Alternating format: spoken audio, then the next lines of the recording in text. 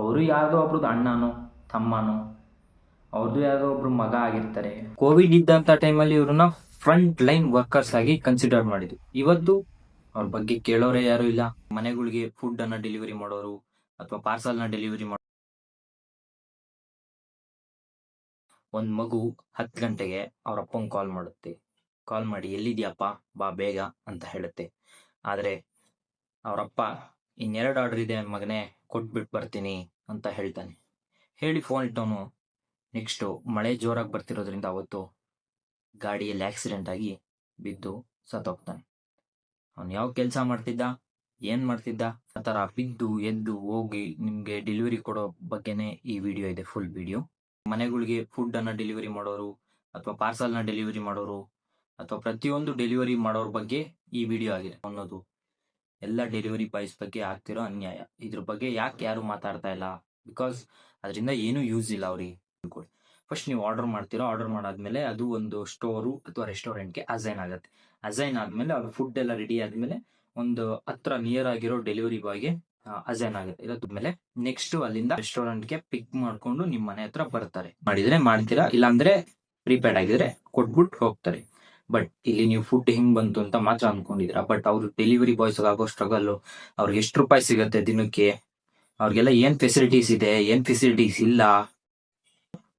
ಇವತ್ತು ನೀವು ರೋಡಲ್ಲಿ ನೋಡ್ತಾ ಇರ್ಬೋದು, ಮಳೆ ಬರ್ತಿದ್ರು, ಬಿಸಿಲು ಜಾಸ್ತಿ ಇದ್ರು, ಚಳಿ ಜಾಸ್ತಿ ಇದ್ರು, ನಿಮ್ ಮನೆಗೆ ನೀವು ಫುಡ್ ಒನ್ ಟ್ಯಾಪ್ ಮಾಡಿದ್ರೆ ಸಾಕು, ನಿಮ್ ಮನೆಗೆ ಫುಡ್ ಅಥವಾ ಪಾರ್ಸಲ್ಸ್ ಏನೇ ಇದ್ರು ನಿಮ್ ಮನೆಗೆ ಬರುತ್ತೆ. ಇದು ಇರೋಂತ ಪ್ರೊಸೆಸ್. ಸೊ ಈಗ ಡೆಲಿವರಿ ಬಾಯ್ಸ್ ಆಗ್ತಿರೋ ಪ್ರಾಬ್ಲಮ್ ಏನು?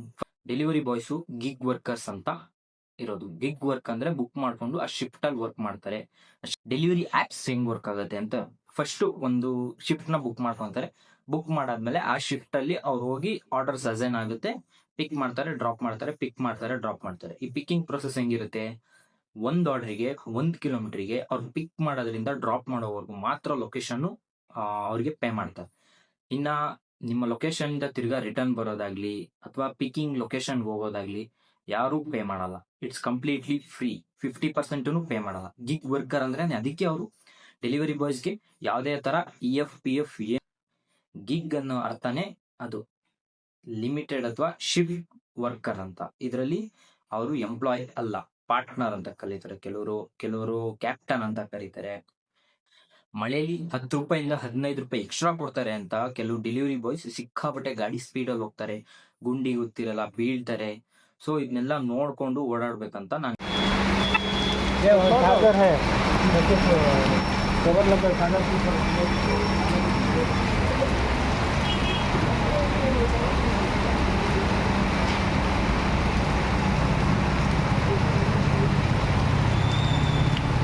ಇನ್ನ ಕೆಲವು ಕಸ್ಟಮರ್ಸ್ ಇರ್ತಾರೆ, ಒಂದು 5 ಮಿನಿಟ್ಸ್ ಲೇಟ್ ಆಗಂಗಿಲ್ಲ, ಕೊಟ್ಟಿಲ್ವಾ ದುಡ್ಡು, ಸ್ಪೀಡಾಗಿ ಬರೋಕ್ಕಾಗಲ್ವಾ, ಅಂಡ್ ಎಷ್ಟು ಲೇಟ್ ಮಾಡ್ತೀರಾ, ಅಡ್ರೆಸ್ ರಾಂಗ್ ಕೊಟ್ಟಿರ್ತಾರೆ. ಕೆಲವರು ಅಡ್ರೆಸ್ ರಾಂಗ್ ಕೊಟ್ಟಿದ್ರು ಬೇರೆ ಲೊಕೇಶನ್ಗೆ ಹೋಗೋದು, ಹಳೆ ಲೊಕೇಶನ್ ಕೊಟ್ಟಿರ್ತಾರೆ, ಹೊಸ ಲೊಕೇಶನ್ಗೆ ಕರ್ಸ್ಕೊಂತಾರೆ. ಇದು ಹಳೆ ಲೊಕೇಶನ್ ಇದೆ ನಮ್ದು, ಹೊಸ ಲೊಕೇಶನ್ಗೆ ಬನ್ನಿ.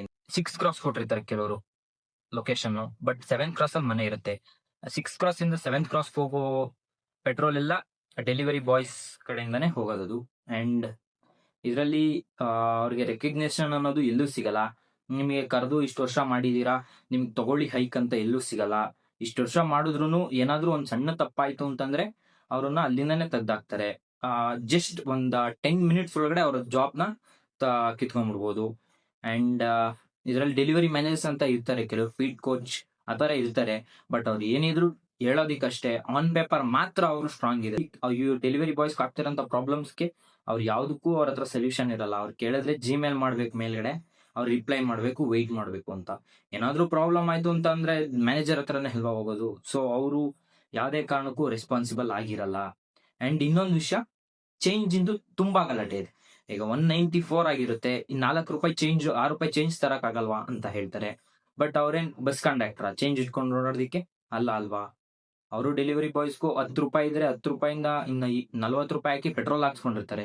ಡೈಲಿ ಅವ್ರು 200 ಇಂದ 300 ಕಿಲೋಮೀಟರ್ಸ್ ಓಡಾಡ್ತಾರೆ. ಅದಕ್ಕಾಗುವಂತ 4 ಲೀಟರ್ 5 ಲೀಟರ್ ಪೆಟ್ರೋಲ್ ಅವ್ರ ಜಾಬಿಂದಾನೇ ಹೋಗುತ್ತೆ. ಇವರಿಗೆ ವೀಕ್ಲಿ ಪೇಮೆಂಟ್ ಆಗಿರೋದ್ರಿಂದ ಫೈನ್, ಮಂತ್ಲಿ ಪೇಮೆಂಟ್ ಆಗಿದ್ರೆ ಆಗ್ತಾ ಇಲ್ಲ. ವೀಕ್ಲಿ ಪೇಮೆಂಟ್ ಆಗಿರೋದಕ್ಕೆ ನೆಕ್ಸ್ಟ್ ವೀಕಿಗೆ ಮೇಂಟೈನ್ ಮಾಡ್ಬೋದು ಪೆಟ್ರೋಲು.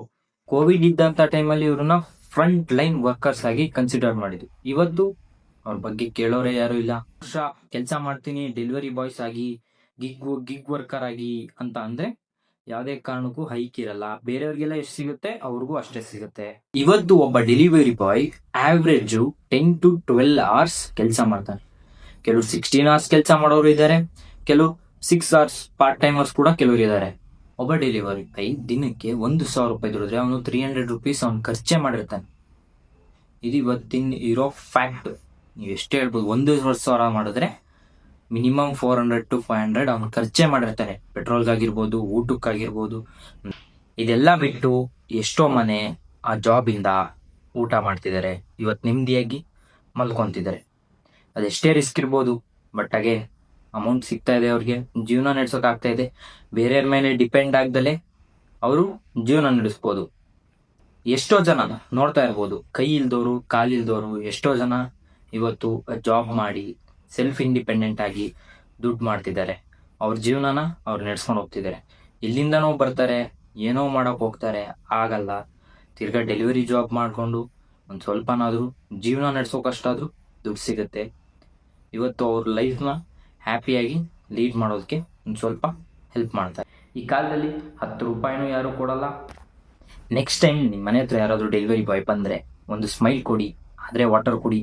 ನಿಮ್ಮ ಕೈಲಾದರೆ ಟಿಪ್ಸ್ ಕೊಡಿ, ಇಲ್ಲ ಅಂತಂದರೆ ಥ್ಯಾಂಕ್ಸ್ ಹೇಳಿ ಕಳಿಸಿ. ಅವರು ಯಾವುದೋ ಒಬ್ರದ್ದು ಅಣ್ಣನೋ ತಮ್ಮನೋ, ಅವ್ರದ್ದು ಯಾವುದೋ ಒಬ್ರು ಮಗ ಆಗಿರ್ತಾರೆ ಅಲ್ವಾ. ಸೊ ನೆಕ್ಸ್ಟ್ ಟೈಮ್ ನೀವು ಇದನ್ನು ಮಾಡಿ.